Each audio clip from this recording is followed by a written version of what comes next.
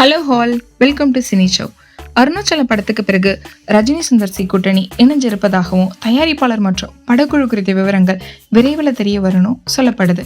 28 வருஷங்கள் கழிச்சு ரஜினி சுந்தர்சியோட காம்போ ரசிகர்களிடையே மிகவும் வரவேற்பை ஏற்படுத்தியிருக்குது.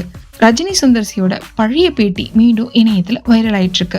அதுல சுந்தர்சி ரஜினியோட ஒர்க்கிங் ஸ்டைல் தனக்கு ரொம்ப பிடிக்கணும் தெரிவிச்சிருக்கிறாரு.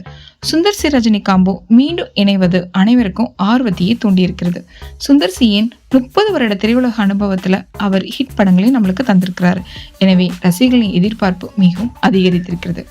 ரஜினி கமல் சேர்ந்து நடிக்க போற படம் இன்னும் ஸ்கிரிப்ட் ஒர்க்கும் ரெடி ஆகலனும் அதோட டைரக்டரும் முடிவுக்கு வராதனாலையும் இந்த இடைப்பட்ட குறுகிய காலகட்டத்தில் ஃபாஸ்ட்டாக ஒரு படம் எடுக்கலான்னு முடிவுக்கு வந்ததுனால ஆல்ரெடி சுந்தர்சி சொன்ன ஒன்லைன் ஸ்டோரி அவருக்கு பிடிச்சு போய் சுந்தர்சி ரஜினி காம்போ இப்போ இணைஞ்சிருக்கிறாங்க. ஜெயிலர் 2 படம் முடிஞ்சதும் சீக்கிரமாகவே படப்பிடிப்பு ஸ்டார்ட் பண்ணி முடிச்சிடலான்னு படக்குழுவினர் பிளான் பண்ணியிருக்காங்க. ஸோ ரஜினி ரசிகர்கள் ஆகிய நம்மளுக்கு அடுத்த வருஷம் டபுள் டமாக்காகவே திரையில ரஜினியை நம்ம பார்க்கலாம். ஸோ நீங்கள் ரஜினி ரசிகர்களாக இருந்தால் இந்த வீடியோவுக்கு லைக் பண்ணுங்கள்.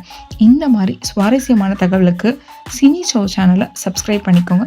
தேங்க்யூ.